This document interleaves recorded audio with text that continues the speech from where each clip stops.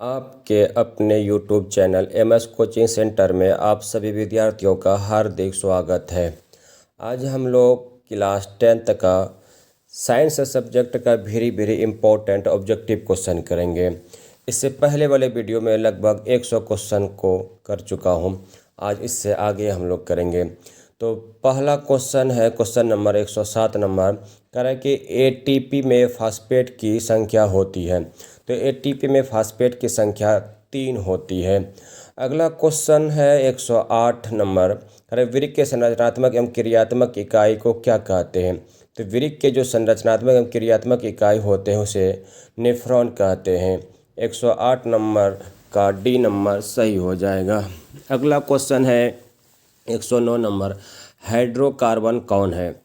तो hydrocarbon C6H12O6 है, यानी 109 नंबर का बी नंबर सही हो जाएगा। अगला क्वेश्चन 110 नंबर है मीथेन का मुख्य अवयव होता है। तो मीथेन का मुख्य अवयव जैव गैस होता है। ऑप्शन नंबर डी सही हो जाएगा। अगला क्वेश्चन है एक प्रिज्म में कितनी सतहों से घिरा होता है। एक प्रिज्म कितनी सतहों से घिरा होता है। एक प्रिज्म 5 सतहों से घिरा हुआ रहता है। 111 का डी नंबर सही हो जाएगा।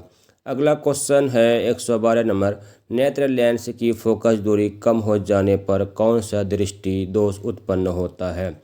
नेत्र लेंस की फोकस दूरी कम हो जाने पर निकट दृष्टि दोष उत्पन्न होते हैं। अगला क्वेश्चन है क्वेश्चन नंबर 113 मानव हृदय में कितने कोष्ठ होते हैं। तो मानव हृदय में 4 कोष्ठ होते हैं। 113 का डी नंबर सही हो जाएगा। अगला क्वेश्चन है 114 नंबर फूल में नर जनन अंग होता है, यानी फूल में नर जनन अंग कहे या प्रजनन अंग कहे उसको पुंकेसर के नाम से जाना जाता है। तो 114 का ए नंबर सही हो जाएगा। अगला क्वेश्चन है 115 नंबर कह पीतल है। तो पीतल एक मिश्र धातु होते हैं। तो 115 का सी नंबर सही हो जाएगा। अगला क्वेश्चन है 116 नंबर कहता कि शुद्ध सोना को व्यक्त किया जाता है। तो शुद्ध सोना को 24 कैरेट से व्यक्त किया जाता है। तो 116 का बी नंबर सही हो जाएगा। अगला क्वेश्चन है 117 नंबर मानव नेत्र में प्रकाश किस रास्ते प्रवेश करता है। तो मानव के नेत्र में प्रकाश कॉर्निया के द्वारा प्रवेश करते हैं। ए नंबर सही हो जाएगा। अगला क्वेश्चन है 118 नंबर एक स्वस्थ आँख की दूरी बिंदु यानी दूर बिंदु होता है। तो एक स्वस्थ बिंदु की दूर बिंदु अनंत होती है। डी नंबर सही हो जाएगा।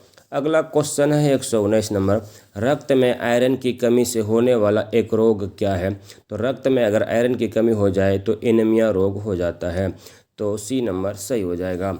अगला क्वेश्चन है 120 नंबर दो तंत्रिका कोशिका के मध्य खाली स्थान को क्या कहते हैं। तो दो तंत्रिका कोशिका के मध्य खाली स्थान को सिनेप्स कहते हैं। तो बी नंबर सही हो जाएगा।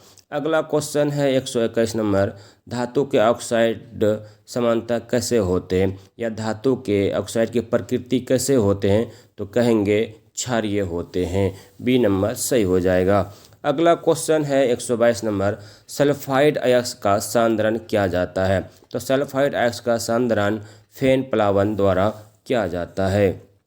अगला क्वेश्चन है 123 नंबर कह रहा है दृश्य प्रकाश में किस वर्ण का तरंगदैर्घ्य अधिकतम होता है। तो दृश्य प्रकाश में तरंगदैर्घ्य अधिकतम लाल रंग का होता है। बी नंबर सही हो जाएगा। अगला क्वेश्चन है 124 नंबर प्रतिरोध का एसआई मात्रक क्या होता है। तो प्रतिरोध का एसआई मात्रक ओम होता है। बी नंबर सही हो जाएगा। अगला क्वेश्चन है 125 नंबर कह रहा है कि ग्वाइटर अथवा घेंघा रोग पनपता है। तो ग्वाइटर या घेंघा रोग गलगंड रोग आयोडीन की कमी से पनपता है। तो बी नंबर सही हो जाएगा। अगला क्वेश्चन है 126 नंबर क्लोरोफिल वर्णक का रंग होता है। क्लोरोफिल वर्णक का रंग हरा होता है, जिसकी वजह से पत्तियों का रंग हरा होता है। ए नंबर सही हो जाएगा। अगला क्वेश्चन है 127 नंबर सोना निम्नलिखित में से किस द्रव में घुल जाता है। तो सोना अम्लराज में घुल जाता है। ए नंबर सही होगा। अगला क्वेश्चन है 128 नंबर मलगम एक मिश्र धातु है जिससे एक धातु हमेशा रहता है, तो उसमें एक धातु पारा हमेशा रहता है। सी नंबर सही हो जाएगा। क्वेश्चन नंबर 29 है, कह कि विभवांतर मापने वाले यंत्र को कहा जाता है। तो विभवांतर मापने वाला यंत्र को वोल्ट मीटर कहा जाता है। वोल्ट मीटर के द्वारा विभवांतर को मापा जाता है। बी नंबर सही हो जाएगा। अगला क्वेश्चन है 130 नंबर, अमीटर को विद्युत परिपथ में कैसे जोड़ा जाता है। तो अमीटर को विद्युत परिपथ में श्रेणी क्रम में जोड़ा जाता है। ए नंबर सही हो जाएगा। अगला क्वेश्चन है 131 नंबर, इनमें कौन फल पकाने के लिए प्रयुक्त होते हैं। तो फल पकाने के लिए जिसको हम लोग उपयोग करते हैं उसको कहते हैं इथिलीन। तो सी नंबर सही हो जाएगा।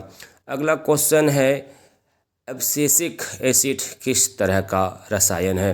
तो एब्सिसिक एसिड वृद्धिरोधक हार्मोन या एसिड होते हैं। डी नंबर सही हो जाएगा। अगला क्वेश्चन है 133 नंबर, अपच का उपचार करने के लिए निम्न में से किस औषधि का उपयोग किया जाता है। तो एंटीसेप्टिक का उपयोग किया जाता है। सी नंबर सही हो जाएगा। अगला क्वेश्चन है 134 नंबर, धातुओं पर अम्ल के प्रभाव से कौन सा गैस उत्सर्जित होता है। तो हाइड्रोजन गैस उत्सर्जित होते हैं। बी नंबर सही हो जाएगा। अगला क्वेश्चन है 135 नंबर, किलोवाट घंटा का मात्रक है। तो किलोवाट घंटा विद्युत ऊर्जा का मात्रक है। सी नंबर सही हो जाएगा। अगला क्वेश्चन है 136 नंबर, भारत में उत्पादित प्रतिवर्ती विद्युत धारा की आवृत्ति होती है। तो 50 हर्ट्ज के होते हैं। ए नंबर सही हो जाएगा। अगला क्वेश्चन है 137 नंबर, हार्मोन स्रावित होता है। तो हार्मोन अंतःस्रावी ग्रंथि द्वारा स्रावित होते हैं। ए नंबर सही हो जाएगा। अगला क्वेश्चन है 139 नंबर, किसी उदासीन विलयन का पीएच मान होता है। तो किसी भी उदासीन विलयन का मान 7 होता है। बी नंबर सही हो जाएगा। अगला क्वेश्चन है 140 नंबर, मुंह साफ करने के लिए किस प्रकार का मंजन का व्यवहार करना चाहिए या किस प्रकार के मंजन का उपयोग करना चाहिए। तो क्षारीय दंत मंजन का उपयोग किया जाना चाहिए। बी नंबर सही हो जाएगा। अगला क्वेश्चन है 141 नंबर, ओम का नियम सत्य है। तो ओम का नियम केवल धात्विक चालकों के लिए ही सत्य है। ए नंबर सही हो जाएगा। अगला क्वेश्चन है 142 नंबर, विद्युत धारा उत्पन्न करने की युक्ति को कहते हैं। विद्युत धारा उत्पन्न करने की युक्ति को जनित्र कहते हैं। ए नंबर सही हो जाएगा। अगला क्वेश्चन है 143 नंबर, कह रहा है कि कोशिका विभाजन एवं कोशिका दीर्घन द्वारा तने की वृद्धि में सहायक हार्मोन है। तो सहायक हार्मोन इनमें से सभी हो जाएगा। तो ऑप्शन डी सही होगा। अगला क्वेश्चन है 144 नंबर, पौधों में समन्वय होता है तो रासायनिक विधि द्वारा होता है। ए नंबर सही हो जाएगा। इमली में कौन सा अम्ल पाया जाता है या होता है। तो टर्टरिक अम्ल इमली में पाया जाता है। सी नंबर सही हो जाएगा। अगला क्वेश्चन 146 नंबर है कि चींटी के डंक में कौन सा अम्ल पाया जाता है या होता है। तो फार्मिक अम्ल या मेथेनाइक अम्ल पाया जाता है।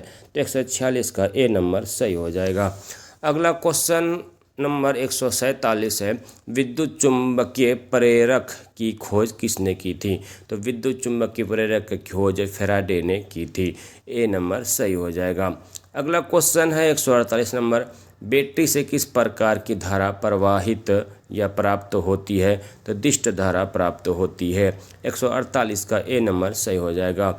अगला क्वेश्चन 149 नंबर है कि सबसे छोटी अंतःस्रावी ग्रंथि कौन है। तो सबसे छोटी अंतःस्रावी ग्रंथि पिट्यूटरी ग्रंथि है, जिसको पीयूष ग्रंथि या मास्टर ग्लैंड के नाम से भी जाना जाता है। तो 149 का डी नंबर सही हो जाएगा। अगला क्वेश्चन है 150 नंबर, कर अंडोसर्जन उत्सर्जन का कारण है। तो एस्ट्रोजन की वजह से अंडोसर्जन होते हैं। तो 150 का ए नंबर सही हो जाएगा। अगला क्वेश्चन है 151 नंबर, इलेक्ट्रॉन के स्थानांतरण से बने यौगिक कहलाते हैं। तो एक इलेक्ट्रॉन के स्थानांतरण से बने यौगिक को विद्युत संयोजी कहते हैं। ए नंबर सही हो जाएगा। अगला क्वेश्चन है 152 नंबर, लोहे से जिंक को लेपित करने की प्रक्रिया को कहते हैं। तो गैल्वेनीकरण कहते हैं। 152 का डी नंबर सही हो जाएगा। अगला क्वेश्चन है, फ्लेमिंग के वाम हस्त नियम में अंगूठा किसकी दिशा का संकेत करता है। तो अंगूठा बल का दिशा की ओर संकेत करता है। 153 का सी नंबर सही हो जाएगा। अगला क्वेश्चन है 154 नंबर, डायनोमो से किस प्रकार की धारा प्राप्त होती है? तो डायनोमो में से दिष्ट धारा, प्रतिवर्ती धारा अर्थात सी नंबर सही होगा। दोनों धाराएं प्राप्त की जा सकती है। अगला क्वेश्चन है 155 नंबर, परागकोश में होते हैं। तो परागकोश में परागकण पाए जाते हैं या होते हैं। डी नंबर सही हो जाएगा। अगला क्वेश्चन है शुक्राणु का निर्माण होता है। तो शुक्राणु का निर्माण विरसन में होते हैं। ए नंबर सही हो जाएगा। अगला क्वेश्चन है रासायनिक अभिक्रिया के दौरान किसी पदार्थ में ऑक्सीजन का ह्रास कहलाता है? तो अपचयन कहलाता है। अगला क्वेश्चन 158 नंबर है, वायुरोधी बर्तन में खाद्य सामग्री रखने से उपचयन की गति हो जाती है। तो वो धीमी गति हो जाती है। 158 का बी नंबर सही होगा। अगला क्वेश्चन है 159 नंबर, घरेलू विद्युत परिपथ में उदासीन का तार का रंग होता है। तो उदासीन का तार का रंग जो होता है वो काला रंग का होता है। 159 का सी नंबर सही हो जाएगा। तो आज के लिए बस इतना ही। धन्यवाद।